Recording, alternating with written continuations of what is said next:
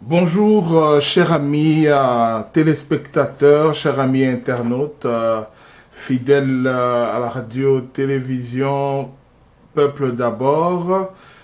La question du dialogue fait toujours les manchettes en RDC.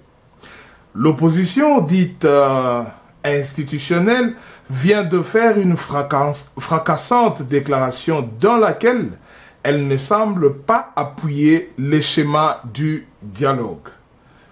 Une première réaction nous vient de M. Eddy Lukuna, qui est actuellement le conseiller au département de relations extérieures de l'UDPS, chargé des communications et médias, qui nous dit ce qu'il en pense. Bonjour, M. Eddy Lukuna. Bonjour. L'opposition, comme je l'ai dit tantôt dans mon introduction, l'opposition parlementaire ou institutionnelle a fait une déclaration qui n'appuie pas la démarche pour le dialogue entreprise par l'UDPS. Qu'en pensez-vous? Parce que j'en pense que c'est leur droit d'abord de s'exprimer par rapport aux enjeux de la République. C'est ça la démocratie, hein. Il faut que différentes voix s'élèvent, différentes forces vives de la nation s'expriment, surtout quand elles opèrent sur le plan politique. Mais cela ne change pas la dynamique que nous avons au niveau de l'UDPS, de maintenir cette démarche, ce schéma vers le dialogue. Un dialogue dont les points ont été signifiés à l'autre camp, celui qui soutient M. Kabila bien sûr, à travers son émissaire qui a contacté l'UDPS le 2 mai dernier. Un plan qui se distingue par sa clarté, la simplicité de sa lecture, les points qui sont mis à l'ordre du jour. Cependant, quand je regarde la déclaration qui est faite par ces forces politiques, je constate tout simplement que ces déclarations s'arrêtent à la technicalité, au point technique, mais ne touche pas en profondeur les enjeux de l'heure. L'UDPS, dans sa feuille politique, parle de la crise politique en République démocratique du Congo. Eux, ils parlent du processus électoral. Le processus électoral, pour nous, c'est un point qui est aussi important, mais que nous pensons peut être automatiquement résolu dès que nous parlons de la CENI. L'UDPS parle de la CENI et il parle du processus électoral. En plus, ils ont aligné un certain nombre de revendications que j'ai épinglées dans leur déclaration, notamment la pertinence du processus électoral, je venais de le dire. Ils parlent de massacres à Béni, nous parlons de l'insécurité sur l'ensemble du territoire. Il parle de la neutralité de la CENI. Ce qui m'impressionne et ce qui m'étonne un peu dans ce point est qu'il lie la neutralité de la CENI à l'absence du président de la CENI, l'actuel Malou Malou. Cela veut dire que d'après eux, puisque le président de la CENI est absent, il est remplacé par son vice-président qui est du PPRD. Donc la CENI, du coup, elle n'est pas crédible, elle perd sa crédibilité. Mais une fois que le président Malou Malou revient, la CENI redevient crédible. Bon, ça, c'est quand même aberrant. Au niveau de l'UDPS, nous trouvons que la CENI est une structure qui est instrumentalisée, qui est minée, qui n'a pas de crédibilité présentement, qui est plein des agents de la présidence et du PPRD. J'aimerais bien que vous puissiez clarifier un peu à ce point-là. Donc, eux pensent à ce que Malou Malou étant absent de la CENI, donc la CENI est automatiquement, elle n'est plus crédible. Donc, oui, c'est quand même étonnant quand on voit toutes les revendications qu'ils ont menées depuis le début de cette législature, depuis la désignation même de Malou Malou. Aujourd'hui, indirectement, ils appuient Malou Malou. Et ils pensent que, puisqu'il est absent pour des raisons personnelles, et qu'il est remplacé par le président son vice-président, qui est du PPRD, Donc, automatiquement, la CENI redevient et n'est plus crédible.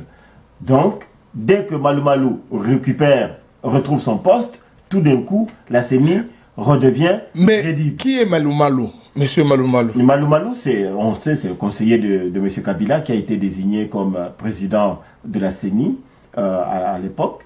Et il avait déjà manœuvré en 2006 où il est allé déclarer les résultats des élections dans un char de combat à l'abri de la population, sachant que Kabila n'avait pas gagné les élections de 2006. Et bien là, avec tout le brouhaha qu'il y a eu autour de M.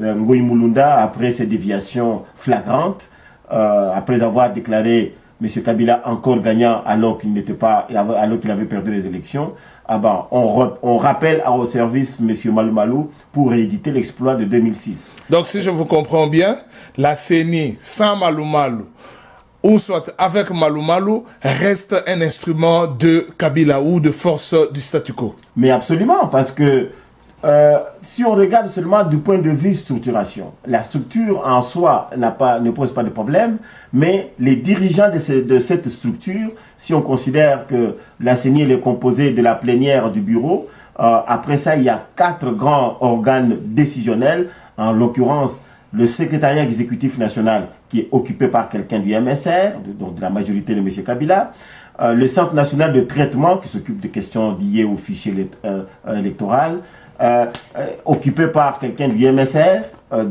donc de la majorité de M. Kabila. On regarde la direction des opérations, occupée par quelqu'un du MSR. On regarde la direction des télécommunications. Ces 4 grands organes, ce sont eux qui formulent des décisions que Malou Malou publie. Donc, si je vous comprends bien, la CENI est minée. Elle est complètement minée parce qu'en dehors de ces occupants de ces postes décisionnels, tous les employés de la CENI sont recrutés parmi les agents de renseignement, dont l'ANR, le Conseil national de sécurité et la DGM, la Direction générale des migrations. Alors, une CENI, dans ce sens-là, elle est complètement dépendante de la présidence de la République. Donc, en réalité, c'est la présidence qui organise les élections sous couvert de la CENI. Et ça, l'UDPS ne peut pas l'accepter. Alors, quelle est la proposition de l'UDPS par rapport à cette situation? La proposition de l'UDPS, elle est tout à fait simple. Elle est exprimée clairement dans la feuille de route. La CENI doit être complètement fondue. Comme le président avait repéré, identifié 2 camps politiques actuellement. Le camp du statu quo qui soutient M. Kabila et le camp du changement qui soutient Étienne Tshisekedi. Ces 2 camps doivent désigner 6 personnes chacun. Ce n'est qu'une proposition. Jusqu'à présent, il n'y a pas une contre-proposition. Ces 2 camps doivent désigner chacun 6 personnes qui relèvent, qui vont former une équipe de 12 personnes. Et au lieu d'avoir un président, on doit avoir 2 coprésidents qui vont présider aux destinées de la CENI. Et ainsi, l'UDPS est sûr, à travers cette nouvelle structure, que la CENI va avoir, mais vraiment une organisation beaucoup plus transparente des élections à venir. Oui, une organisation beaucoup plus transparente des élections à venir. Monsieur Eddy, on nous parle aussi on parle beaucoup du glissement, hein. On parle que ce dialogue pourrait éventuellement aboutir à une prolongation du mandat de M. Kabila au-delà de 2016. Qu'en pensez-vous? Le glissement est dans le chef des gens qui ont couru derrière les concertations nationales de l'année passée. Parce que ces concertations nationales, l'objectif était d'obtenir le partage des postes. Et c'est quoi cette culture de penser que tout dialogue doit aboutir nécessairement au partage de postes? Non. Les gens qui crient au glissement, ce sont des gens qui réfléchissent en termes de partage de postes, en termes de gouvernement de transition, en termes de maintenir Kabila au pouvoir. Ça, ce n'est pas dans la pensée ni dans le concept actuel du dialogue tel que proposé par l'UDPS. Nous voulons, fondre la CENI pour co-organiser, à partager le pouvoir organisateur des élections. Ça, nous voulons. Par contre, l'UDPS n'est pas prête du tout de faire partie d'un quelconque gouvernement de transition qui serait dirigé par M. Gouvernement de transition, d'ailleurs, on dit il y aurait des propositions faites par M. Kalev à Félix d'occuper le poste de Premier ministre de transition. Est-ce que avez-vous des éclaircissements là-dessus? Ben, ça, ce sont des rumeurs que je qualifierais de folles, qui sont répandues par les gens du camp de Kabila et les gens de certains leaders de l'opposition qui n'ont pas de propositions concrètes sur le terrain, sur la table, et qui pensent qui réfléchissent, comme j'ai dit tout à l'heure, en termes de partage de postes, non? Comment M. Kalev pouvait faire cette proposition, parce que la première fois qu'il est venu rencontrer l'UDPS, il n'avait aucun document en main, il n'avait aucune proposition. Au contraire, il est venu pour prendre connaissance des propositions de l'UDPS. Et comment on peut y penser si le dialogue n'a même pas encore commencé? Le dialogue n'a même pas encore commencé, le cadre n'est pas déterminé, les participants ne sont pas encore définis. Mais qui doit déterminer les cadres? Est-ce que c'est Kabila qui doit le faire ou Tshisekedi qui doit faire ce travail? Kabila fait partie du problème, il ne peut pas proposer un cadre quelconque. Ça, c'est pour ça que dans la dernière publication du président Tshisekedi, il a demandé que la communauté internationale prenne ses responsabilités. Mais pourquoi seulement la communauté internationale? La communauté internationale, parce que c'est elle qui va crédibiliser les résolutions qui vont être désignées et qui fera en sorte que ces résolutions soient opposables à tous. Si on regarde ce qui s'est passé avec les concertations nationales, qui n'ont accouché que d'une souris, avec plus de 800 résolutions, aucune résolution n'a été appliquée, à part la poudre aux yeux avec la question d'amnistie et de la diaspora. Mais toutes ces résolutions, il faut que le dialogue aboutisse aux résolutions et que chaque camp s'engage à respecter ces résolutions, qu'elles soient donc opposables à tous, d'où la présence de la communauté internationale est nécessaire et indispensable. Et nous avons vu d'ailleurs à Sun City, il y a eu des résolutions comme ça, et les Congolais apparemment sont habitués à mettre sur papier des résolutions que eux-mêmes n'arrivent même pas à respecter. Je sais pas que pensez-vous de cette situation-là? Parce qu'on a vu Tshisekedi déplorer des années après années le fait de voir les Congolais à se mettre autour d'une table, discuter et accoucher de lois, mais eux-mêmes sont capables d'abandonner ces lois et aller encore dans d'autres conciliabules, toujours trouver d'autres formules. Mais est-ce que cette façon de faire la politique, je sais pas quel est votre avis par rapport à cette situation-là? Mon avis est que le processus de démocratisation du Congo a été long et il n'est pas encore achevé. Le processus de maturation aussi politique est long et continu. L'homme politique congolais est très attiré par le matériel, par l'intérêt personnel et immédiat, et ce qui fait que le niveau de corruptibilité est tellement élevé que le Congolais est capable d'abandonner son propre engagement si on lui tend une enveloppe de quelques milliers de billets verts.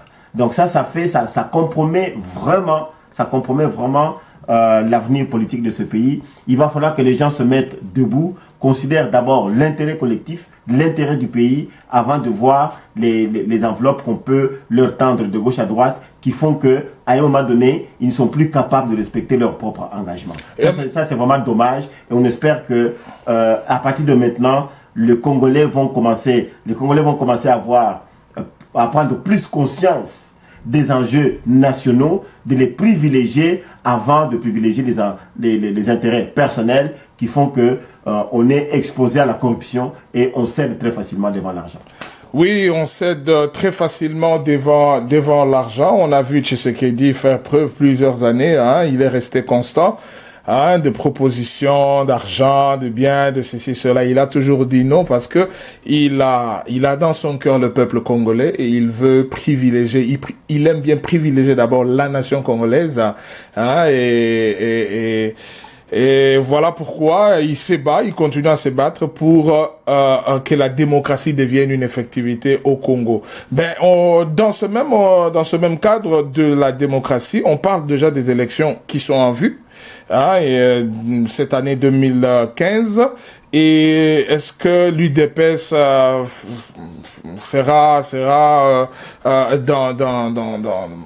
participera à ces élections de 2015, ou y a-t-il une position particulière de la part de l'UDPS? Avant de parler des élections, j'aimerais revenir un peu sur Etienne Tshisekedi, que l'on considère, à raison d'ailleurs, comme le baromètre de la démocratie. J'avais expliqué une autre fois que Tshisekedi, c'est tout un système. C'est au-delà de l'individu que nous voyons, c'est tout un système de conquête d'un état de droit. Et conquérir un état de droit avec le système Tshisekedi, c'est vraiment lutter contre les antivaleurs. Et c'est dommage que beaucoup de gens n'aient pas adhéré à ce système jusqu'à présent.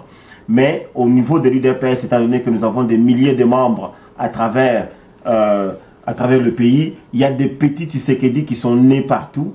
Et qu'une fois que l'UDPS au pouvoir, le changement de mentalité va être très rapidement fait. Parce que ce système-là de conquête n'entend pas vraiment seulement la conquête d'un état de droit, mais aussi sa gestion, et aussi la préparation de l'aigle, la pérennisation de ce système, parce qu'il faut que le Congo connaisse un état de droit, pas de manière passagère, mais de manière constante, pour que les Congolais puissent s'épanouir dans cet état-là.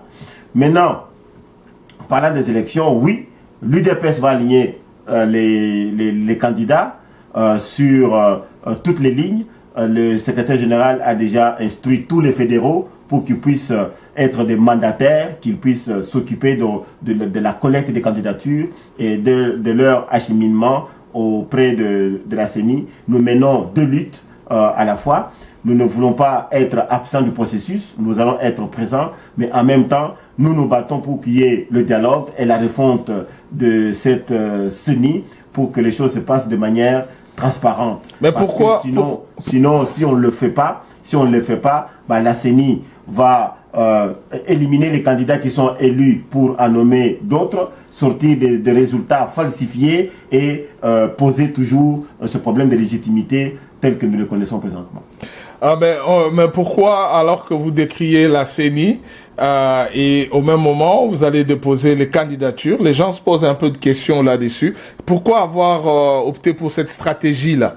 Nous avons opté pour cette stratégie pour qu'on ne dise pas que nous sommes absents. Nous voulons à la fois lutter pour le changement de la structure, mais à la fois nous préparer aussi à toutes les échéances et à toute éventualité. On ne peut pas démobiliser nos électeurs, nous ne pouvons pas démobiliser nos candidats qui ont des ambitions de diriger les structures du pays. Au contraire, nous les encourageons, mais en même temps, nous nous battons sur le plan politique pour qu'il y ait des changements et des garanties surtout, parce que ça sert à quoi aujourd'hui? Et nous nous battons à raison, parce que nous savons pertinemment bien que, d'ailleurs, la déclaration des opposants institutionnels qui sont au Parlement vient de le démontrer. Il y a l'impréparation, il y a le manque de moyens financiers, il y a un manque de personnel qualifié pour gérer les nouvelles structures, manque de cartographie judiciaire. Tout ça fait en sorte que ces élections, on s'étonnerait qu'elles aient lieu. L'UDPS le sait, beaucoup de forces politiques le savent. Cependant, malgré ces conditions chaotiques, nous disons quand même, nous encourageons nos candidats qui ont des ambitions pour préparer leur dossier, aller les déposer. Le parti va être derrière eux, et si les élections ont lieu dans ces conditions chaotiques, l'UDPS va se montrer toujours à la hauteur pour les gagner et pouvoir diriger ces structures. Oui, toujours à la hauteur, l'UDPS, toujours à la hauteur. Merci, Monsieur Eddy Lukuna. Et c'était donc la radio-télévision Peuple d'abord. Quand est-ce que le prochain numéro de Babillard, avez-vous un mot à dire là-dessus? Oh oui, le Babillard sort très bientôt. C'est notre magazine électronique. Et le Babillard audio également va être mis en œuvre. Et tout ça pour desservir le peuple congolais, leur donner l'information précise et correcte de la part des structures du parti. Mais c'est quoi le Babillard? Les gens se posent ce genre de questions. Et où est-ce qu'on peut trouver le Babillard? Parce que vous dites que vous allez le mettre en ligne, la version électronique. Où est-ce que les gens pourront le trouver? Le Babillard est un bulletin électronique qui sort périodiquement. Généralement, on le prépare une fois par mois. Et il peut être trouvé sur Facebook, nous avons une page, le Babillard. Il peut également être trouvé sur la page de la nouvelle radio pimpante neuve, radio-télévision Peuple d'abord, sur www.rtpa.ca, mais aussi sur le site de UDPS Multimédia. Le Babillard est là et ça circule très bien, ça envahit. Nous recevons des réactions qui viennent, figurez-vous, de Kasumbalesa, de Kolwezi, de Beni, de Goma, de Ngandajika, de Kinshasa. Tous ces gens attendent le Babillard, le reçoivent et ils sont très bien desservis. Merci beaucoup, Monsieur Edi Lukuna. Donc, au plaisir de vous retrouver au prochain numéro et nous pourrons continuer à parler encore politique et parler des enjeux politiques de la République démocratique du Congo. Merci et à la prochaine. Merci beaucoup.